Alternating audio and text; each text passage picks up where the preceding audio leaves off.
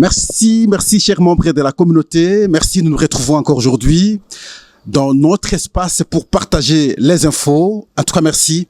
Nous savons bien vous remercier parce que, en tout cas, à travers vos messages, vous nous faites confiance. Merci parce que beaucoup ont fini par comprendre qu'ici, on ne parle pas des choses inutiles. Nous sommes dans ce qui intéresse la vie de chacun de nous. Et nous défendons le pays, bec et ongle, à travers nos analyses, à travers nos idées, à travers nos réflexions. En tout cas, merci.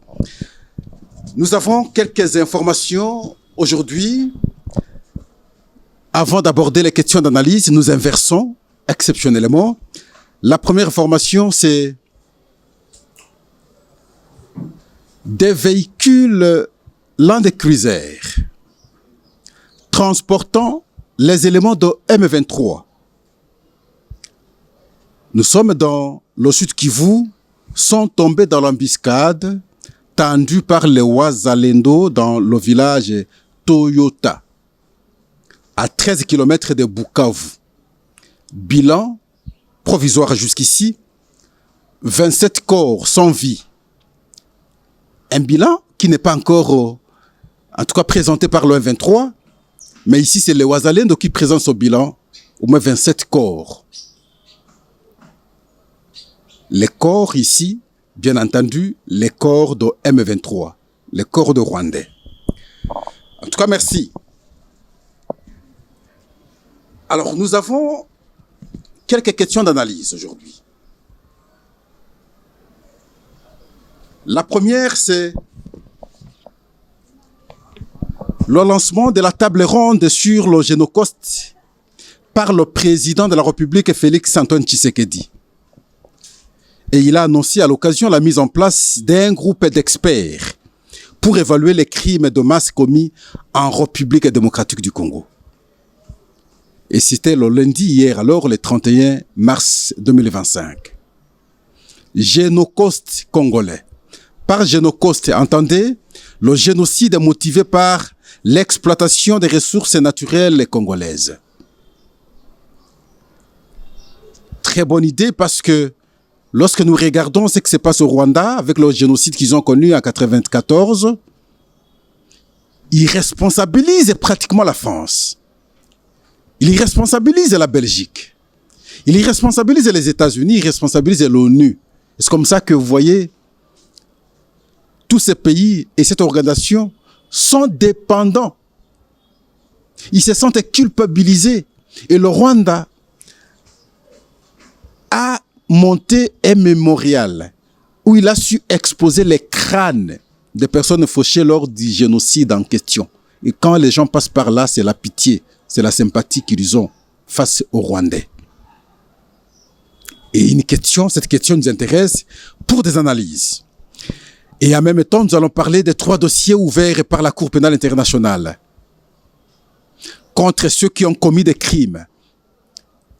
Et la Cour pénale internationale voudrait maintenant que la population congolaise, la société civile congolaise, toute personne qui détient maintenant de preuves à pouvoir maintenant envoyer le procureur à travers le lien que nous présentons ici, afin que par la suite, la Cour voit comment envoyer des mandats d'arrêt internationaux contre les responsables de ces crimes de guerre, crimes contre l'humanité commis sur le sol congolais.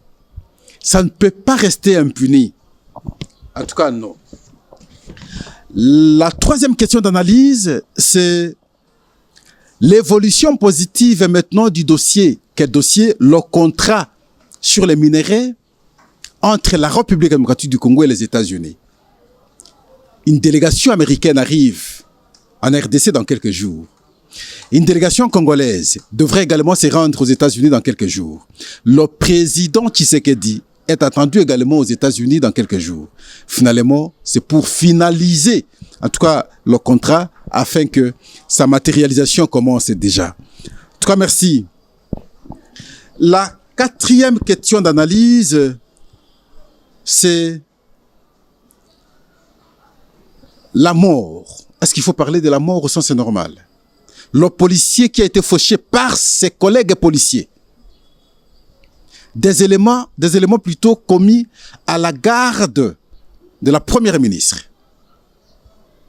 Par des coups et blessures pratiquement.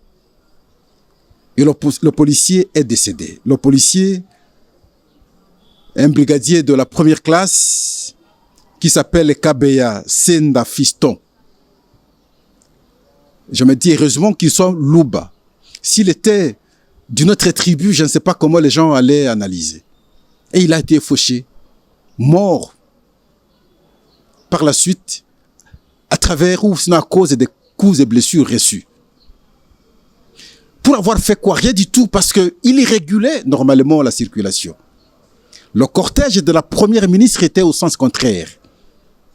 Et voilà, lui qui faisait son travail, il vient de perdre la vie pour rien et pour la cause de la nation. En tout cas, merci.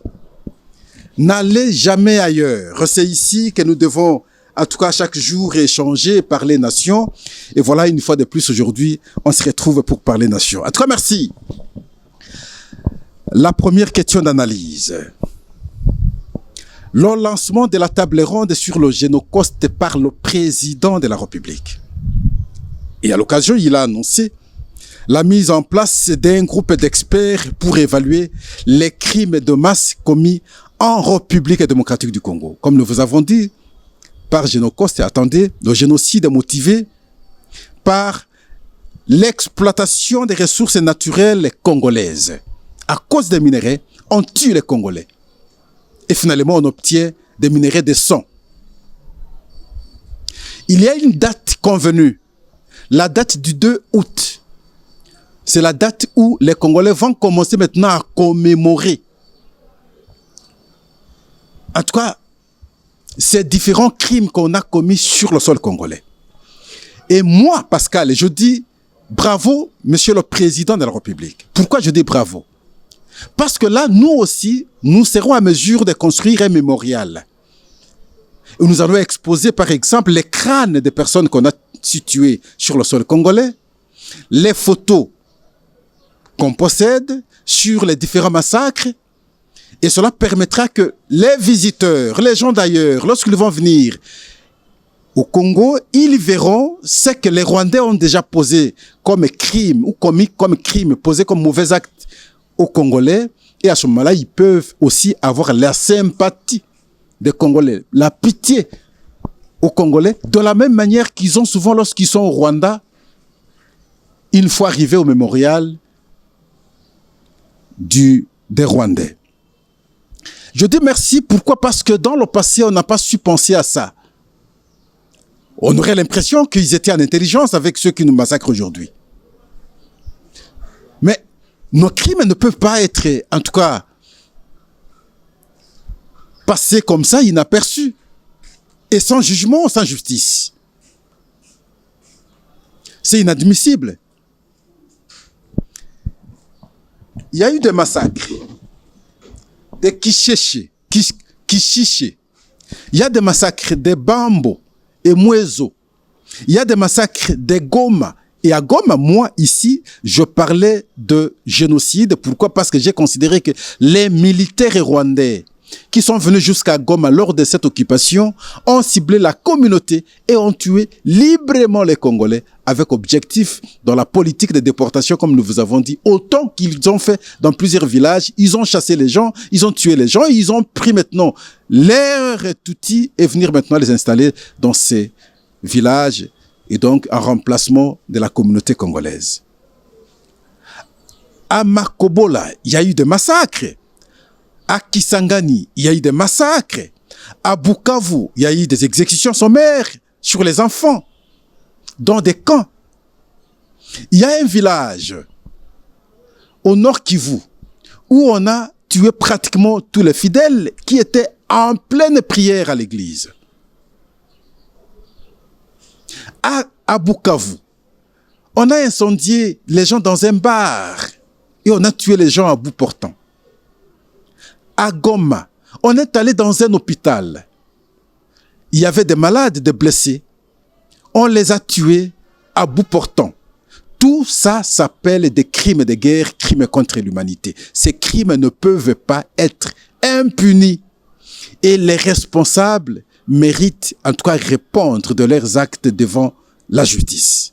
Alors merci, Monsieur le Président, pour l'initiative, à condition que les experts sélectionnés par votre honneur, nous estimons bien, devraient maintenant bien faire le travail, collectionner normalement tous les éléments pour que le procureur, pour que les instances habilitées à réguler la justice à travers le monde soient suffisamment, en tout cas, occupées, sinon outillées des éléments afin que la justice soit faite pour les Congolais. Cette question est liée avec les 3 dossiers ouverts par la Cour pénale internationale.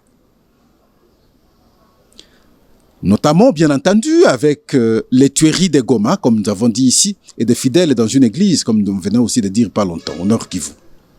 Mais à Kalehe, à Minova, à Rutshuru, à Kabare, il y a eu des massacres, il y a eu des exécutions sommaires, il y a eu des crimes qui ont été commis. Et voilà pourquoi le procureur de la Cour pénale internationale demande à la population congolaise, à la société civile congolaise, de faire le travail de collecte des informations et des données afin de les transmettre à travers le lien que nous vous présentons ici. Le lien ici, c'est du procureur de la Cour pénale internationale. À travers ce lien, vous pouvez envoyer tout ce que vous avez comme information en termes de crimes, de tueries, comme nous sommes en train d'insister ici. Le lien est là. Engageons-nous, chers Congolais. Présentons ces faits à la face du monde pour que les auteurs soient traduits en justice, qu'ils y répondent de leurs actes comme nous venions de le dire. Ils ont tué les Congolais, ils ont massacré les Congolais. Pendant beaucoup d'années, ça ne peut pas rester impuni.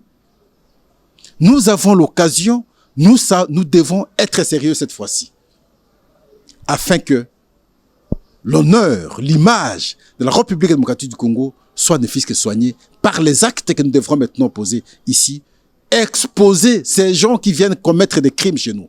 Je pense que les instances judiciaires internationales n'auront pas d'échappatoire. Pourquoi? Parce que les accusations, d'ailleurs, les premières accusations sont parties des organisations des Nations Unies. Qu'on parle autant de tueries à Goma, qui a dénoncé d'abord? C'est l'ONU, c'est la MONUSCO. Qu'on parle des exécutions sommaires des enfants à Bukavu, qui a donné l'information? C'est l'ONU, c'est la MONUSCO. Qu'on parle de tueries des gens dans les hôpitaux à Goma, qui a donné les informations? C'est l'ONU. Qu'on parle de tueries dans une église où on a tué pratiquement tous les fidèles, mais c'est l'ONU. Et donc, il n'y aura pas de prétexte, il n'y aura pas d'échappatoire. Ce qui nous reste maintenant, c'est de compléter ces informations par certains éléments que nous pouvons être en possession.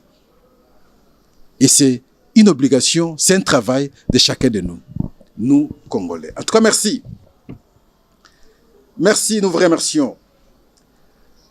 L'autre question, c'est en rapport avec le contrat de minerais entre la République démocratique du Congo et les États-Unis. Je souris un peu parce que, vous savez, on a une très fausse information la fois passée par un pseudo-sénateur. Et alors qu'en réalité, selon les informations, il ne serait pas sénateur. Où nous avons compris, il avait relayé pratiquement les propos des Rwandais comme pour dire non, voilà, il y a corruption en RDC, et si le Rwanda se bat, parce que il y a une partie des terres rwandaises qu'on a annexées en RDC à l'occasion du partage de l'Afrique en 1885, ainsi de suite. Mais ce n'est pas possible. C'est pour autant qu'il justifie maintenant les crimes que les Rwandais ont commis sur le sol congolais. C'est ignoble. C'est insupportable. C'est impertinent comme argument d'ailleurs.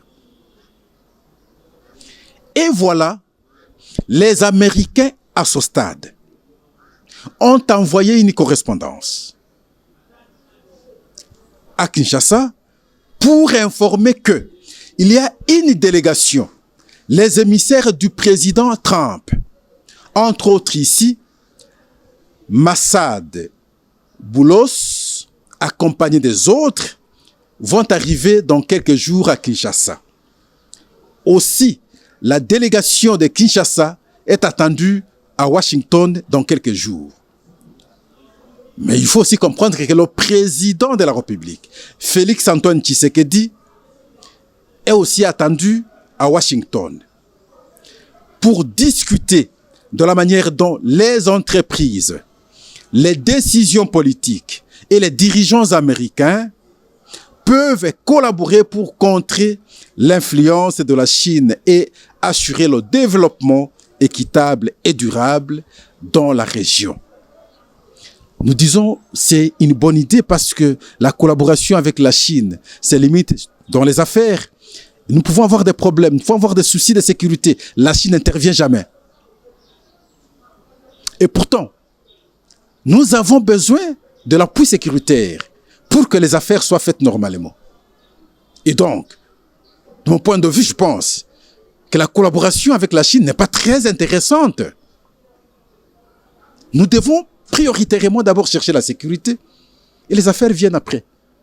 Et donc, cette question de l'accord des minerais avec les États-Unis, nous devons savoir saluer et souhaiter que la conclusion se fasse très vite. Mais nous vous informons qu'à ce stade, on est à la phase de finalisation, d'appréciation des petits détails. Sinon, l'idée comme telle est déjà acceptée.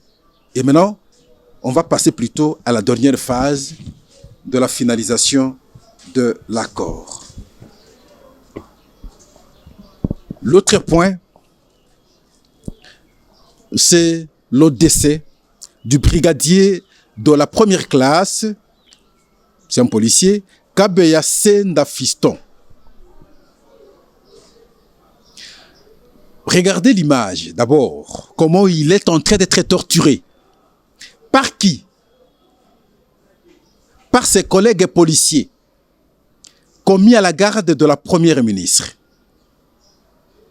Simplement parce que, nous supposons bien, dans son travail de chaque jour sous le soleil pour réguler la circulation, ils ont constaté que le sens contraire n'était pas accepté, encore que peut-être le numéro d'immatriculation du véhicule de la première ministre, nous disons bien peut-être, qui était caché. Comment il pouvait savoir qu'il s'agit de telle autre autorité? Parce que pour lui, le sens contraire est interdit, bien entendu. Et voilà, c'est les éléments commis à la garde de la première ministre qui vont descendre, les tabasser à mort. Effectivement, il est mort, il est décédé. On l'a déshabillé, on l'a torturé, au vu et au su de tout le monde. Avant qu'on analyse, nous vous laissons d'abord suivre le communiqué que nous considérons ridicule de la police, comme qui interdit aux uns et aux autres de ne pas se fier aux rumeurs. Mais la rumeur, pourtant, la scène s'est produite devant tout le monde. Et pourtant, la personne est morte. Suivons d'abord le communiqué de la police. Le service d'information et de communication de la police nationale congolaise tient à fixer l'opinion publique par rapport aux informations en circulation sur les réseaux sociaux, informations faisant état du décès du brigadier de première classe Kabeya Senda Fiston de la police de circulation routière ville de Kinshasa. Les circonstances de la mort n'étant pas encore élucidées, la police nationale congolaise appelle la population à ne pas céder à la manipulation et à la désinformation.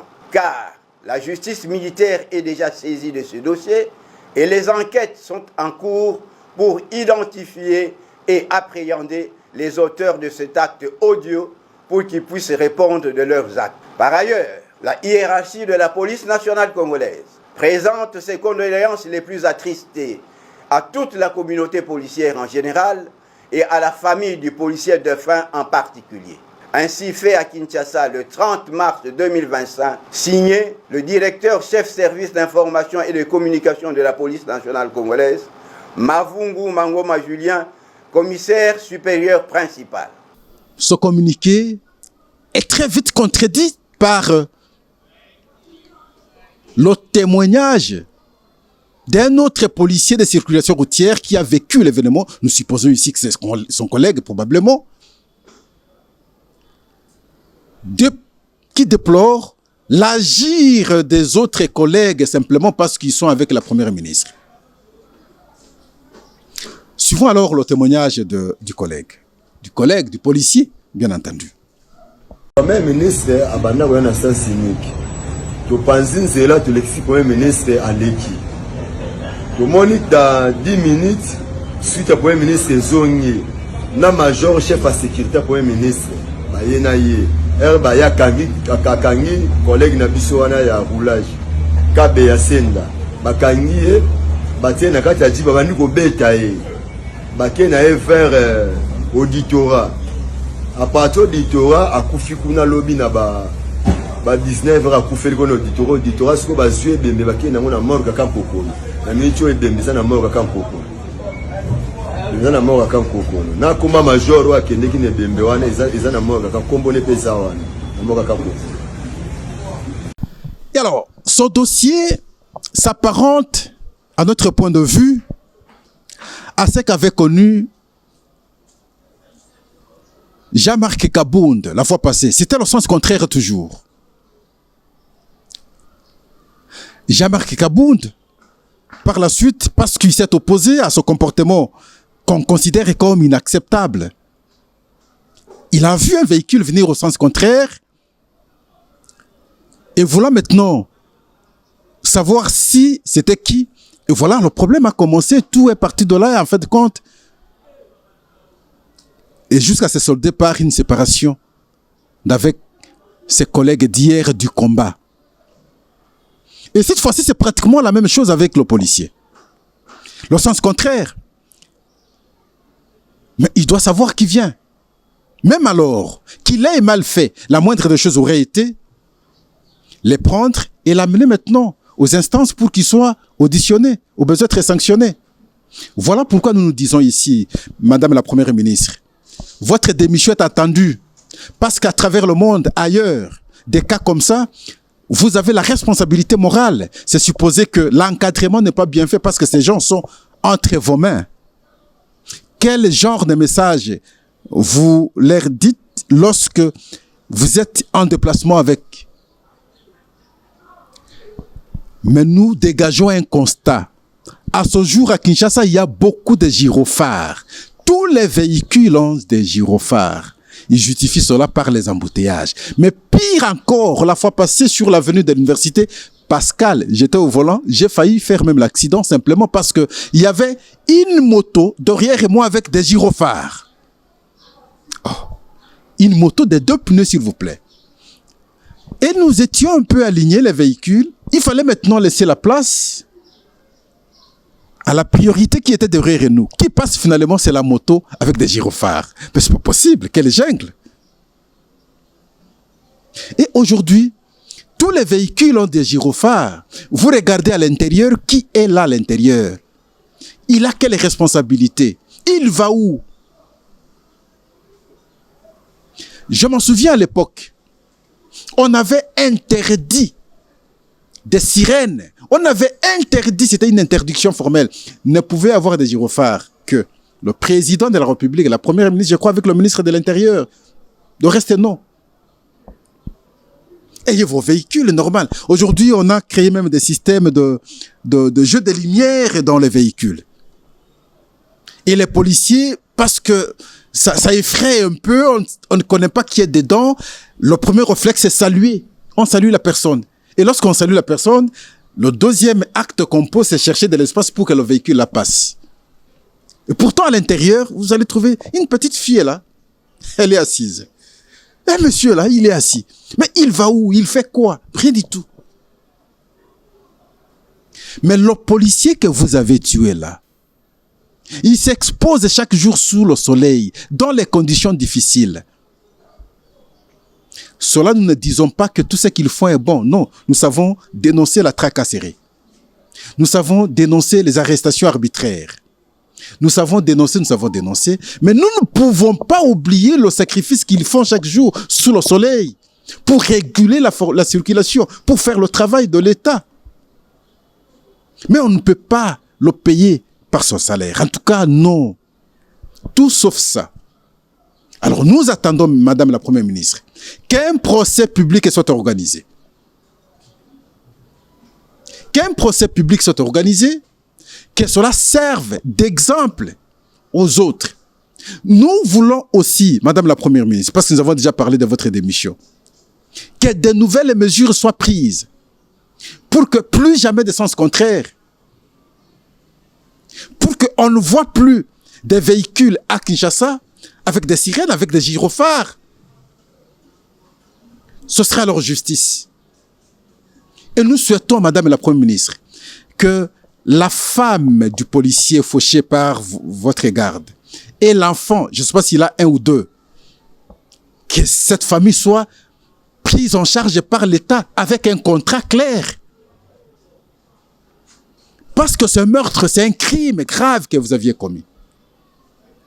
Vos éléments, bien entendu. Vous n'êtes qu'une irresponsable morale. En tout cas, merci. Nous vous remercions beaucoup parce que vous avez apporté votre soutien. Mais nous vous annonçons qu'il pleut trop ces derniers temps à Kinshasa. Nuitamment, il y a eu la pluie, mais les routes deviennent impraticables aujourd'hui. Je regarde le ministre des Infrastructures, M. Guissaro. Le travail est toujours mal fait. Le responsable de tout ce qui arrive aujourd'hui. Autant qu'on demande la démission de la Première ministre, autant que nous demandons votre démission parce que ça traîne par la voie normale. Il faut attendre que les consultations terminent, ainsi de suite, pour que le gouvernement sorte. Mais anticipativement, nous vous demandons de démissionner parce que vous avez failli. Autant la ministre de la Jeunesse, le pays en guerre, on ne sent pas la mobilisation de la jeunesse. Madame la ministre, nous suggérons que vous puissiez démissionner déjà, anticipativement. Le ministre de la Défense, nous allons le dire combien de fois. Aider le président de la République. Il s'engage sérieusement, mais l'entourage ne sait pas s'engager. Il se détermine pour la cause de la nation, mais l'entourage ne sait pas s'engager. Nous souhaitons que le président ait un entourage qui sait l'accompagner véritablement pour l'atteinte des objectifs communs, pour l'intérêt de la nation, bien entendu. Ne baissez pas les bras, Monsieur le Président. Ne baissez pas les bras. Ils vous agglutinent. Généralement, c'est pour leurs propres intérêts. Ne cherchez pas leur amour comme nous vous avons toujours dit. Qu'ils vous craignent par vos actes. D'abord la nation. On est ensemble. Pour cette cause qui nous dérange ici, il faut de nouvelles énergies pour que la lutte soit plus efficiente. En tout cas, merci. Au revoir. N'allez jamais ailleurs. Ici, restons ici. Partageons le lien. Soyez encore plus nombreux. Vous savez, notre cap, c'est 100 K d'abonnés pour que on élargisse davantage la communauté. Au revoir. En tout cas, je vous aime. Merci.